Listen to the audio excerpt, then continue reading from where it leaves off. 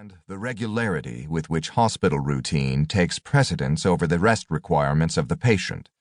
Slumber, when it comes for an ill person, is an uncommon blessing and is not to be wantonly interrupted. All these and other practices seem to me to be critical shortcomings of the modern hospital. Perhaps the hospital's most serious failure was in the area of nutrition. It was not just that the meals were poorly balanced. What seemed inexcusable to me was the profusion of processed foods, some of which contained preservatives or harmful dyes. White bread, with its chemical softeners and bleached flour, was offered with every meal. Vegetables were often overcooked and thus deprived of much of their nutritional value. No wonder the 1969 White House Conference on Food, Nutrition, and Health made the melancholy observation that a great failure of medical schools is that they pay so little attention to the science of nutrition. My doctor did not quarrel with my reservations about hospital procedures. I was fortunate to have as a physician a man who was able to put himself in the position of the patient. Dr. William Hitzig supported me in the measures I took to fend off the random sanguinary assaults of the hospital laboratory attendants. We had been close friends for more than 20 years, and he knew of my own deep interest in medical matters. We had often discussed articles in the medical press, including the New England Journal of Medicine, NEJM, and Lancet. He was candid with me about my case. He reviewed the reports of the various specialists he had called in as consultants. He said there was no agreement on a precise diagnosis.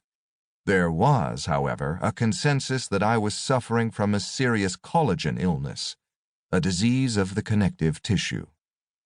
All arthritic and rheumatic diseases are in this category. Collagen is the fibrous substance that binds the cells together.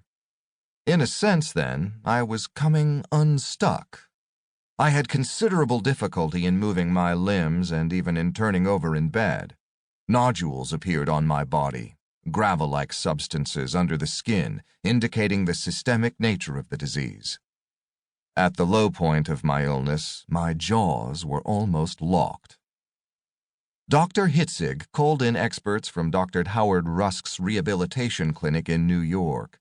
They confirmed the general opinion, adding the more particularized diagnosis of ankylosing spondylitis, which would mean that the connective tissue in the spine was disintegrating.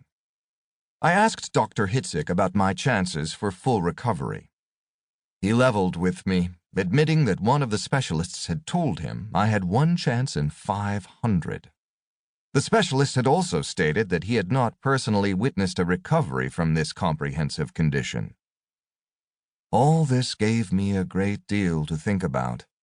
Up to that time, I had been more or less disposed to let the doctors worry about my condition, but now I felt a compulsion to get into the act.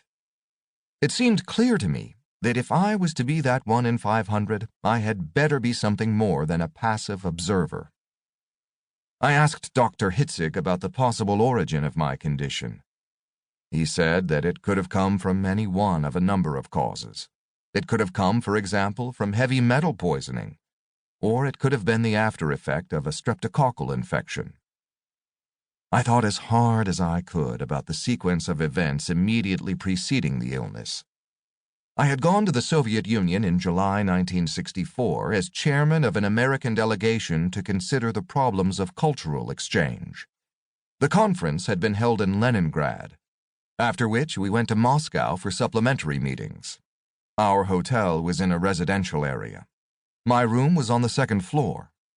Each night, a procession of diesel trucks plied back and forth to a nearby housing project in the process of round-the-clock construction. It was summer, and our windows were wide open. I slept uneasily each night and felt somewhat nauseated on arising. On our last day in Moscow, at the airport, I caught the exhaust spew of a large jet at point-blank range as it swung around on the tarmac.